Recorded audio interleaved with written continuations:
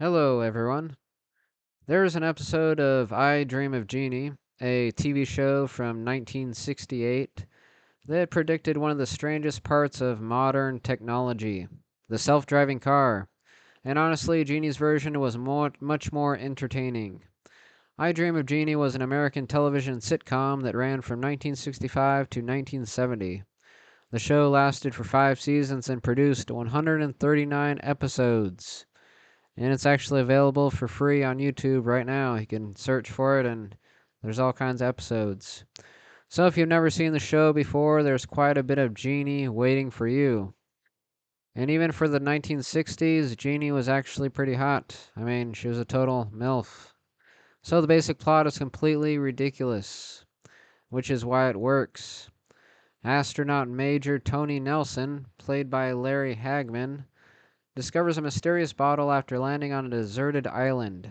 Inside the bottle is Jeannie, played by Barbara Eden.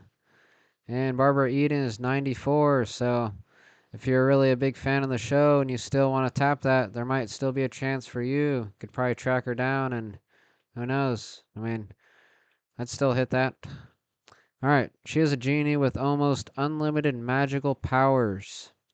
She can teleport people, make objects appear, change reality, and generally solve any problem in about 2 seconds. Unfortunately, every time she tries to help Tony, she usually creates a much larger problem. And one of my favorite parts of the entire show is incredibly simple. Major Nelson makes a request.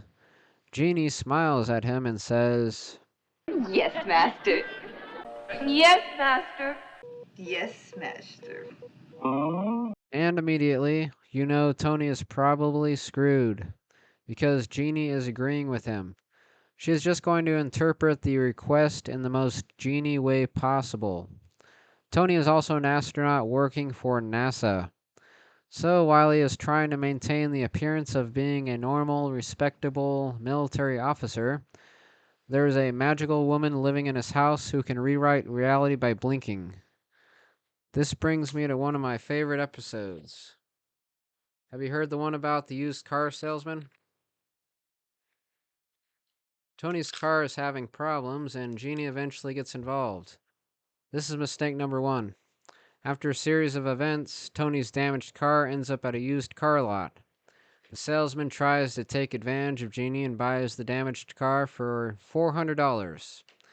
Then he turns around and puts a price tag of $1,699 on it. Jeannie discovers this, and you should probably not try to scam someone who can alter the physical structure of the universe by crossing her arms and blinking. Eventually, Jeannie gets Tony's car back. She magically repairs it. Then she gets into the back seat, and the car drives away by itself. Lady, you drive the car from the front seat. Oh, I know. But you see, I do not know how to drive.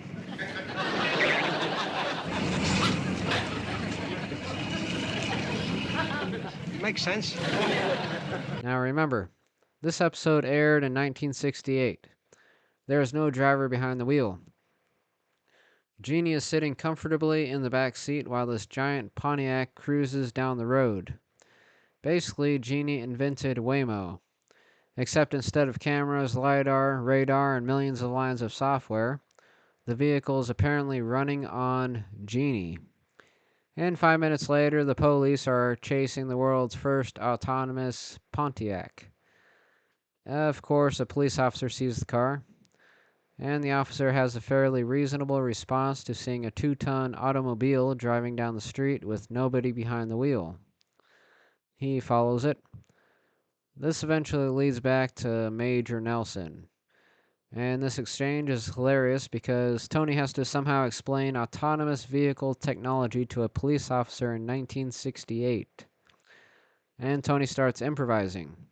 Mr. Tucker said, what I'm worried about is what the policeman is going to say about a car driving itself. Oh, master, you do not have to worry about him. All I will do is simply go... No. You can't go around blinking a policeman to Afghanistan. It's not not legal. It's not even nice. Just follow my lead and don't do anything. Oh, Master, I would follow you anywhere. He claims the car is a secret space-controlled device.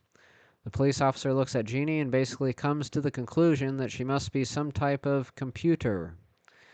And Tony just goes with it. We're with R&D, research and development, top secret Q clearance. Just testing a little project here. Uh-huh.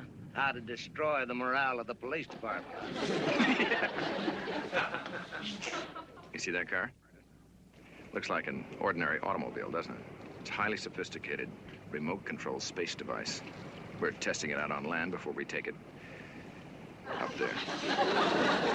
The girl is a computer, huh? Shh. How'd you know? I watch television, same as the next guy. We were trying to get the bugs out of her when she ran into you earlier. She's a very complicated piece of machinery. Ain't that the truth? You mean you believe him? Of course I do. I mean, At this point, Tony is essentially trying to explain artificial intelligence and autonomous vehicles using 1960s NASA terminology. Then Tony pretends to activate a self-destruct system to protect the secret project. Jeannie's got to go. Yes, Jeannie's got to go. Stand back, please.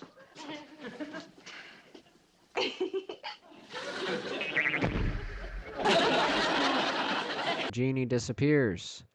The officer is now standing there trying to process the fact that Major Nelson may have just vaporized a woman-shaped computer in the name of national security. The show was insane. But this is also why I think I Dream of Jeannie was strangely ahead of its time. The writers were obviously making a joke. A car driving itself was absurd. A machine intelligent enough to control a vehicle was science fiction.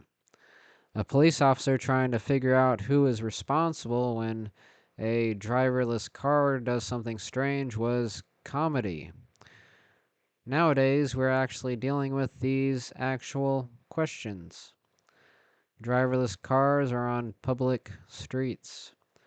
Police officers have had to interact with vehicles that have no driver. Autonomous cars get stuck. They block roads. They make strange decisions. And when something goes wrong, we have to figure out whether the problem was the passenger, the company, the software, or some computer system sitting hundreds of miles away. 60 years ago, I Dream of Jeannie had a simple explanation. It was the blonde woman in the back seat blinking. Honestly, that might be easier to wrap our heads around. Now I really hope someone brings the TV show I Dream of Jeannie back and remakes it. Not as some dark, depressing reboot where Jeannie has a tragic 20-page backstory and Tony spends 8 episodes questioning the morality of Jeannie ownership. Keep it weird. Put Jeannie in the modern world. Give Tony a smartphone. Let Jeannie discover artificial intelligence and potentially compete with it. Let Major Nelson ask her to fix one tiny problem. Blink. Every Waymo in Phoenix is now parked in his driveway. You know, the original concept fits the modern world almost too well.